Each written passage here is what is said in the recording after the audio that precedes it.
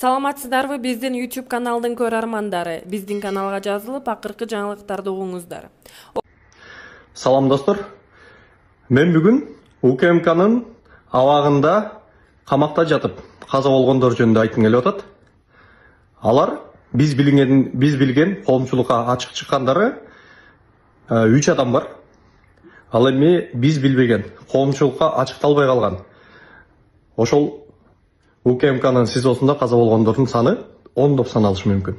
Алардын биринчиси бул Бакыт Асанбаев. Ал банкир болгон.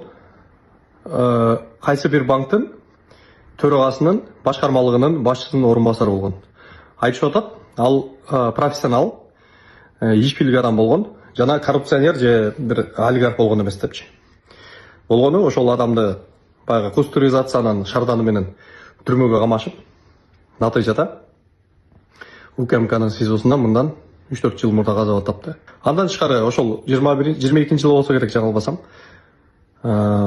Саясат таануучу, политолог, окумуштуу, окутуучу Марат Казакбаев агабызда каза тапты. Мен журналист болуп иштеп турганда, ошол саясий темалар боюнча ал кишиден эксперттик пикирин алып калчубуз.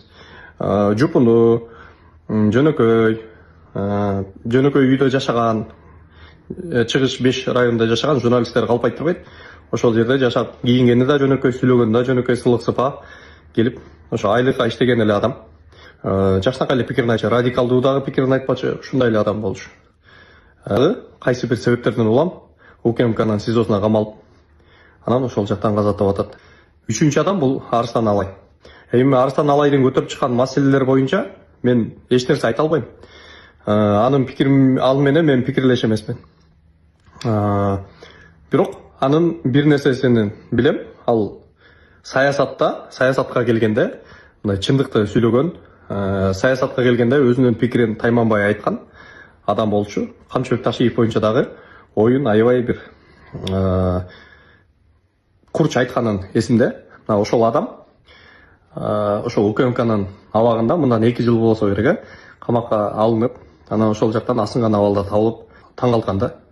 Ассаламу алейкум кыргыз элим. Сиздерден жардам сурап кайрылып жатабыз. 3 баланын энесимин.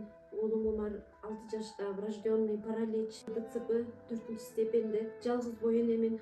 3 баламды Алланын жардамы менен өзүм чоңойтуп келейтамын. Ооруган балам менен жашоо аябай караңгы болуп кетет. Балам тырышып ооруса жан дүйнөм, менин денем тырышкандай кыйналамын. Суранамын кыргыз элим. Балама 5 сом 10 сом болсо да жардам бериңиздер. Жок дегенде мени көрсө, апа деп мени тааныса деп үмүттөнөм. Жаны оорубай жашаганга себепчи болуңуздар суранам. Балдарыңыздар оорубасын. Улуу Рамазан айында дуаңыздар кабыл болсун. Умар каттуу оору менен күрөшүп жаткан кичинекей жигит. Ал кымбат дарылануу жана айыгууга мүмкүнчүлүк алуу үчүн сиздин жардамыңызга муктаж болуп турган учуру.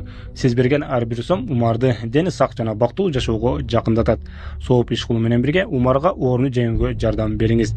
Ар бир берген сомуңуз үчүн Аллах ыраазы болсун.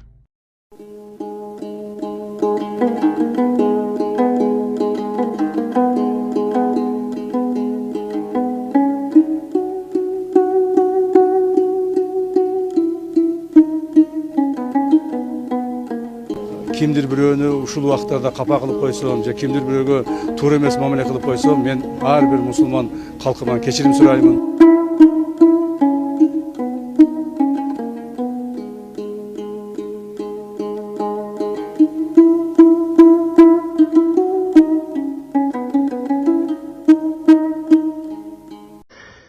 Бул менен эмнени айткыбыз келип атат?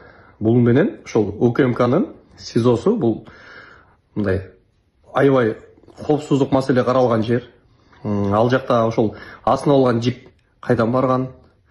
Ошол адамдардын тагдырын, ошол адамдардын баягы каза болуп калышына чейин кандайча жетип калган? Мунун бардыгы табышмак да.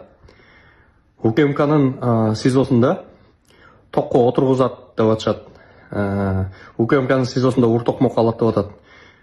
Психологиялык кысым алат деп атат. Мына ушулордун бардыгы ошол адамдарды өлүмүнө алып келген.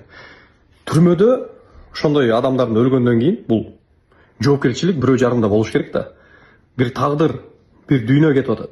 анын артында канчадаган үй бүлөсү, бала чакасы, бир туугандары, ата энеси, куда сөөгү, айтор канча адамдардын тагдыры өзгөрүлүп атат.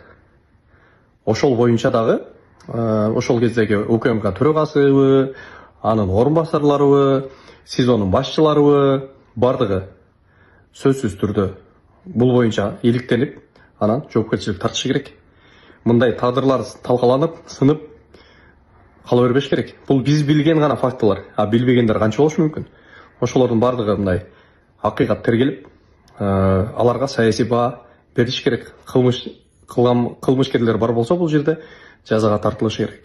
Ал эми мен мындан кийин ошол кустуризациянын шарданы менен абакка камалып, абактан аябай кыйналып, анан өлөрүнө 1-2 күн калганда гана бошотулуп, анан тез аранын ичинде бул дүйнөдөн инфаркт, инсульт болуп өтүп кеткен инсандар жөнүндө да айтып берем. Менин каналыма катталыңыздар, бөлүшүңүздөр, элдин кеңири катмары бул жөнүндө билсин, лайк басыңыздар, комментарий жазыңыздар. Талкуу кылбайлыбы? Негизи таң калам да. Өзү жакшы эле киши, өзү кыйын эле киши, кол алдындагылар кылып кетти дегендерчи. Бул баягы үй бүлөнү элестетем да. Өзү жакшы эле кожоюн, жакшы эле күйөө, бирок аялы көзүнө чөп сындырып кетти, балдары тиги иштерди кылып кетти. Үй бүлөсү баары тең эле жаман, анан өзү эле жакшы да. Ошону элестетем да.